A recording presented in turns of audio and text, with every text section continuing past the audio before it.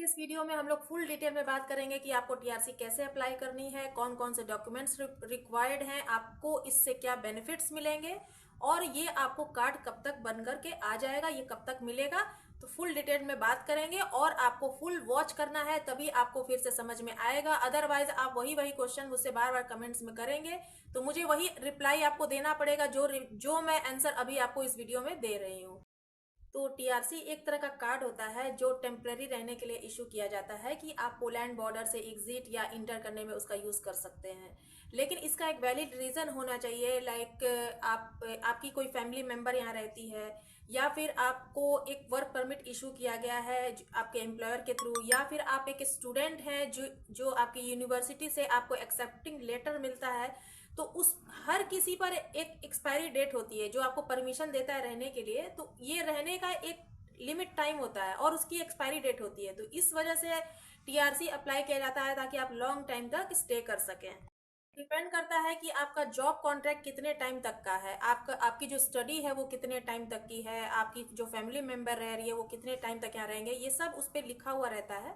तो उसके बाद और स्टे करना है तो आपको ये टीआरसी इशू किया जाता है ताकि आप और लॉन्ग टर्म तक स्टे कर सकें। टीआरसी मैक्सिमम 3 इयर्स का होता है जिसको आप बाद में भी एक्सटेंड करवा सकते हैं। और इसका सबसे बड़ा बेनिफिट है कि आप इसमें आपका जब वीज़ा एक्सपायर हो जाता है उसके बाद भी आप रह सकते हैं। और दूसरा सबसे बड़ा फायदा यह है कि आप अपने डिपेंडेंट्स को भी यहाँ बुला सकते हैं आप अपने टीआरसी के थ्रू, क्योंकि आप यहाँ पर लीगली रह रहे हैं। बट टीआरसी जो आपके नाम पर बनी हुई है उस पर सिर्फ आप ही काम कर सकते हैं। डिपेंडेंट अगर आते हैं तो वो यहाँ पर वर्क नहीं कर सकते, क्योंकि उनको वर्क करने के लिए यहाँ पॉलिश एम्प्लॉयर से एक कोई स्पॉन्सरशिप चाहिए काम दिलवाने के लिए। जब उनको जॉब मिल जाती है, वो जॉब करने लग जाते हैं, उसके बाद आपको डिपेंडेंट के लिए भी टीआरसी अप्लाई करना होता है। ऐसा नहीं है कि आपकी टीआरसी पर डिपेंडेंट भी आपकी टीआरसी पर सब कुछ कर सकें, ऐसा नहीं है। सबकी टीआरसी अलग अलग बनती है जितने भी फैमिली मेंबर हैं।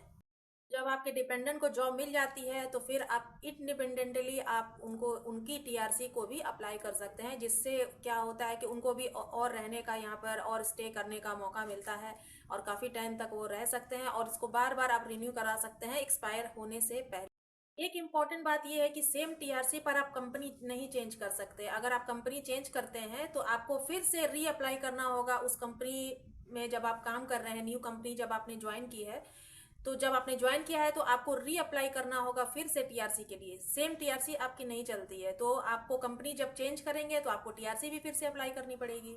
तो चलिए बात करते हैं कि how to apply for TRC in Poland, कि आपको अब टीआरसी कैसे अप्लाई करना है। तो आप कुछ 5 स्टेप्स को फॉलो करके आप टीआरसी ले सकते हैं। सबसे पहला स्टेप है कि आप ये सोच लीजिए कि आपको कौन सा टाइप का टीआरसी चाहिए, क्योंकि आप स्टूडेंट हैं या फिर आप डिपेंडेंट हैं या फिर आप एक एम्प्लॉय हैं, आपको कौन सा टीआरसी चाहिए।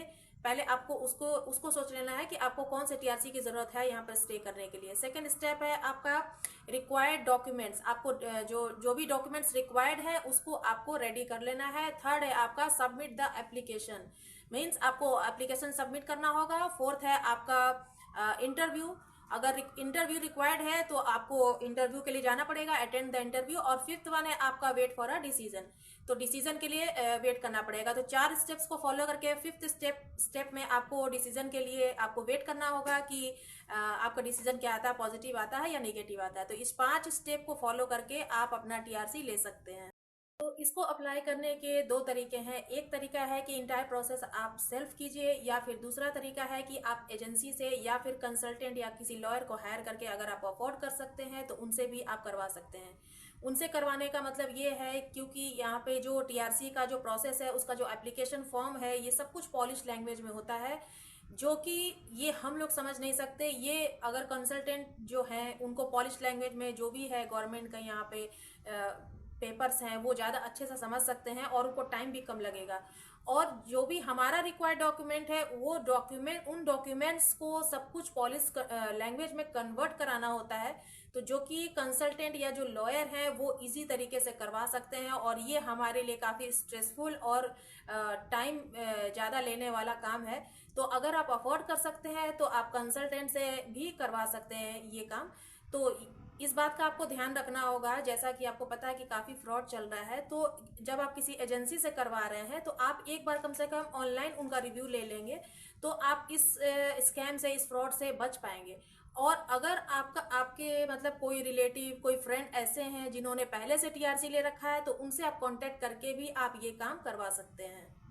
डॉक्यूमेंट्स को पॉलिश लैंग्वेज में कन्वर्ट कराना एक स्ट्रेसफुल और टाइम कंज्यूमिंग काम है, जो कि आप एक कंसल्टेंट को दे करके आप इससे छुट्टी ले सकते हैं, आप स्ट्रेस से फ्री हो सकते हैं और टाइम भी आप अपने लिए बचा सकते हैं। तो अगर आप अफोर्ड कर सकते हैं तो आप कंसल्टेंट को हायर करके भी ये टीआरसी को अप्लाई कर सकते हैं।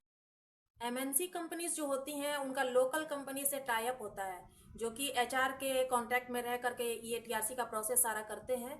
तो अगर आप भी अगर अपने टीआरसी का प्रोसेस एजेंसीज के थ्रू करवाना चाहते हैं तो एक बार आप उसका रिव्यू देख लीजिए, उसके बाद ही आप एजेंसी के थ्रू आप उनका टीआरसी का प्रोसेस आप करवा सकते हैं।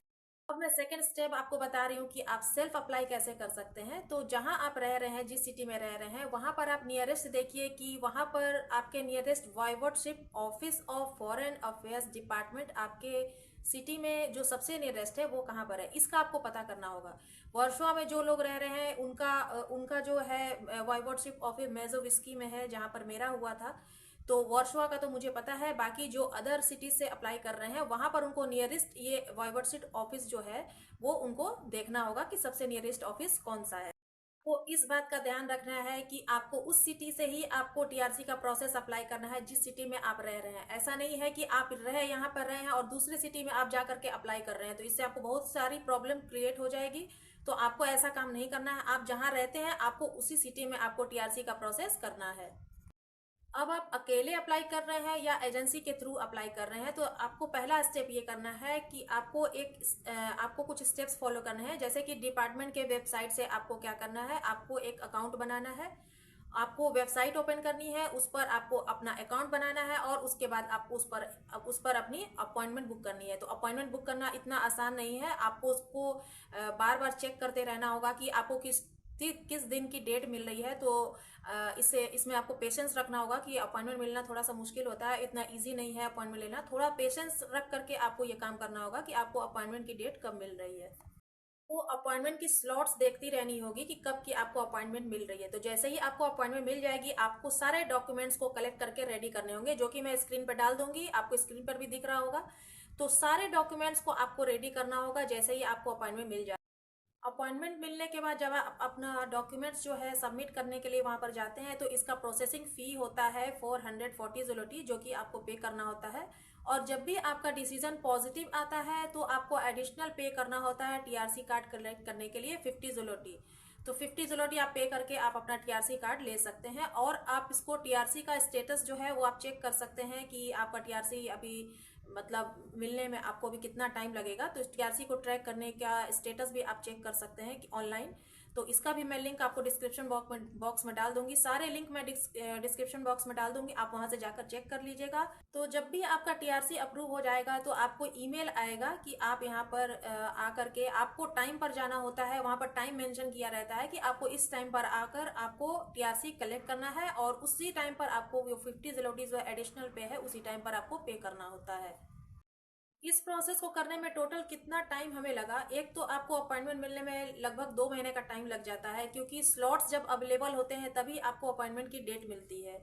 और अपॉइंटमेंट की जब डेट मिलती है और अब जब आप डॉक्यूमेंट्स को सबमिट करते हैं तो उसके बाद आपको 6 to 8 मंथ्स लग जाते हैं पूरा प्रोसेस होने में। उसके बाद जा करके आपको टीआरसी कार्ड आपके हाथ में आ पाता है। तो टोटल टाइम आपको लगभग मान करके चलिए कि लगभग 1 साल लग जाते हैं, 1 साल लग जाते हैं लगभग। वैसे तो 8 महीने में ही हो जाता है, बट यहाँ पर हम लोग बात करें तो लगभग 1 साल का वक्त लग गया। तो आप जब तक आपके पास वर्क परमिट है तो आप ये सोच सकते हैं कि अगर आप 1 साल तक वर्क कर रहे हैं, उसके बाद आपका एक्सपायर हो जाता है वीज़ा, तो फिर उसके बाद आप यहाँ लीगल नहीं रह पाएंगे। तो लास्ट के वीडियो में जैसा कि मैंने बताया था कि अगर आप यहाँ पर आ रहे हैं तो आने के 3 महीने के बाद ही आप अपना टीआरसी के लिए अप्लाई कर दीजिए, ताकि आपको समय से आपको आपका कार्ड मिल जाए।